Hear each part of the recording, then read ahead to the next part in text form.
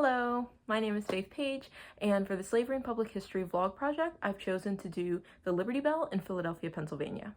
I chose this specific site because I think when people consider American history as a whole, their minds first go to the American Revolution period. I think that's typically covered in all schools and covered to a certain extent. That includes places in Virginia, Philadelphia, Pennsylvania, Boston, Massachusetts, New York, and then of course everyone is generally aware of the Smithsonian Museums in Washington, D.C.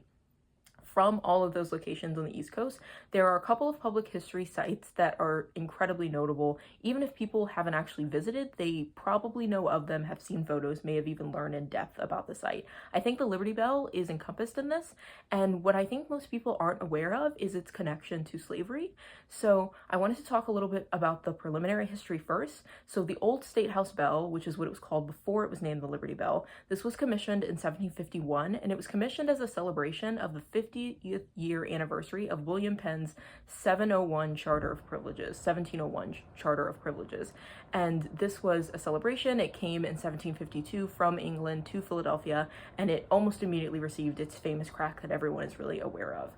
It's sort of at the center of the American Revolution. Literally, all of these famous men are using it to call people to order, and it lasts a very long time. But what I want to talk about is in the 1830s, abolitionists actually renamed the bell the Liberty Bell. And this was intentionally to sort of point out the irony of this bell sitting in the center of the American Revolution, a time where the leaders were creating this country that would be developed based on the values of liberty for all men. The bell is actually inscribed with a scripture that says, "Proclaim liberty throughout all the land unto all the inhabitants thereof."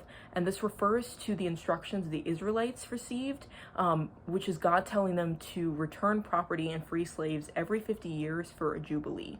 And a lot of people who actually do study the bell's connection to slavery see this crack that everyone is really aware of as a sort of metaphor for the fissure of America regarding the topic of slavery. So as you may know, the American Revolution happens during a time that slavery is very much prevalent in the colonies, soon to be America, but it's sort of put off. There are so many people fighting over it, and so they prioritize passing the Constitution and other pieces of importance instead of actually settling the topic of slavery. So it's sort of pushed aside.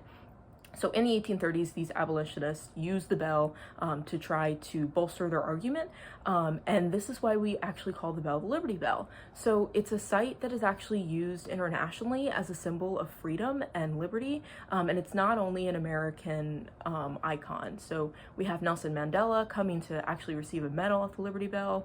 We have people from Ghana coming to celebrate their freedom, and it's something that most Americans may not be aware of. I certainly wasn't when I originally visited when I was a child. So I would like to propose a sort of revamp of the exhibit itself. It's quite old, and I think because it is so popular and everyone is aware of it, they may not feel the need to change it. So it's under the National Park Service. The rangers there are absolutely wonderful, but I think revamping the information and the exhibit and the way it's presented would be incredibly helpful and would help more Americans understand the complete history of the Liberty Bell.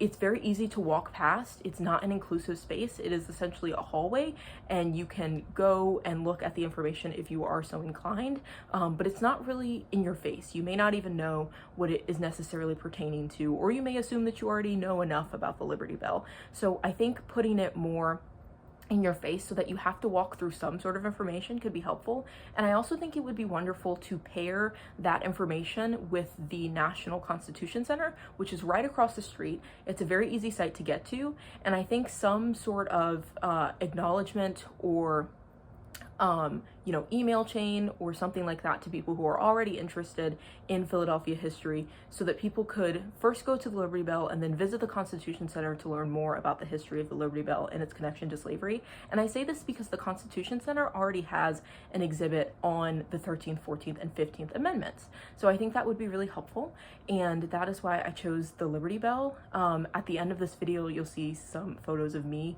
going there as a child and going there just a couple weeks ago, but it's a site that has been very clear in my mind since I visited, and I would love more people to understand the complete history and its connection to slavery and African Americans in America.